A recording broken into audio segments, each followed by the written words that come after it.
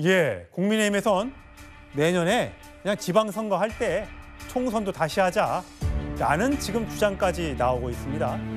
자, 민주당이 이렇게 연쇄 탄핵 주장하는 거 입법 쿠데타다, 히틀러식 공포 정치다 이런 얘기가 나오고 있는데 관련 발언을 들어보시죠. 후순위 국무위원도 줄줄줄이 다 탄핵을 하겠다고 합니다. 한마디로 무정부 상태를 만들겠다는 겁니다. 입법 쿠데타를 하겠다는 겁니다. 히틀러식 공포 정치를 자행하겠다는 겁니다. 이쯤이면 민주당은 민주정당이 아닙니다. 스스로 해체하는 것을 심각하게 고려해야 합니다. 우연정당 해산 심판 청구를 받아야만 합니다. 정부 기능이 마비되는 상황까지 온다고 한다면 저는 민주적 기본 질서를 위협하기 때문에 위헌정당으로서의 해산 심판 대상도 된다라고 판단하고 있습니다. 예, 최수영 평론가. 네. 과거에 통진당 해체 사건이 있었었고요. 네.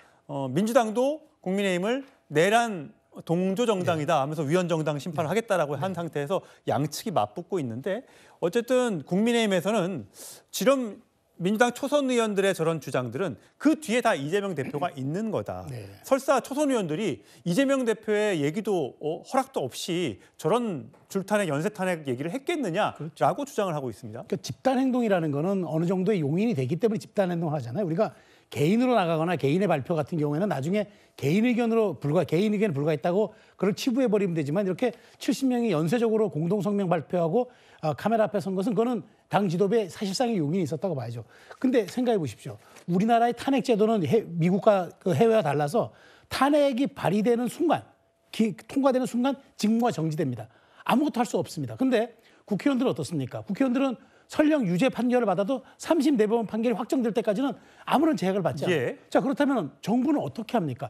탄핵이 발의되는 순간, 발의돼서 통과되는 순간 정부의 기능은 무력화됩니다. 예. 그러면 모든 예산심의권, 법령 공표권 아무것도 할 수 없는데 그러면 그걸 주도했던 정당이 과연 민주정당이고 우리 국민을 위한 정당이고 국가를 위한 정당인가 한번 물어보자는 얘기잖아요.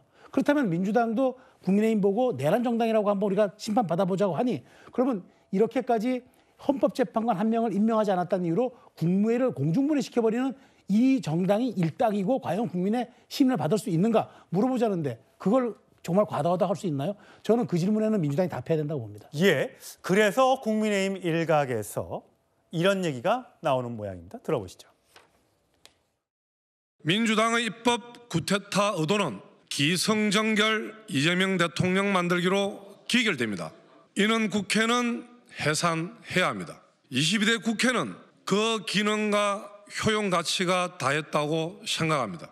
국회를 해산하고 내년 지방선거에 총선을 같이 치르자고 제안합니다. 국민의힘 의원도 전체 사퇴하고 민주당 사퇴해서 총선을 새로 하자를 해야 됩니다. 그리고 선거법을 개정해가지고 하면서 바로 국회도 해산하고 개헌도 반드시 해야 돼요. 예, 김진욱 대변인.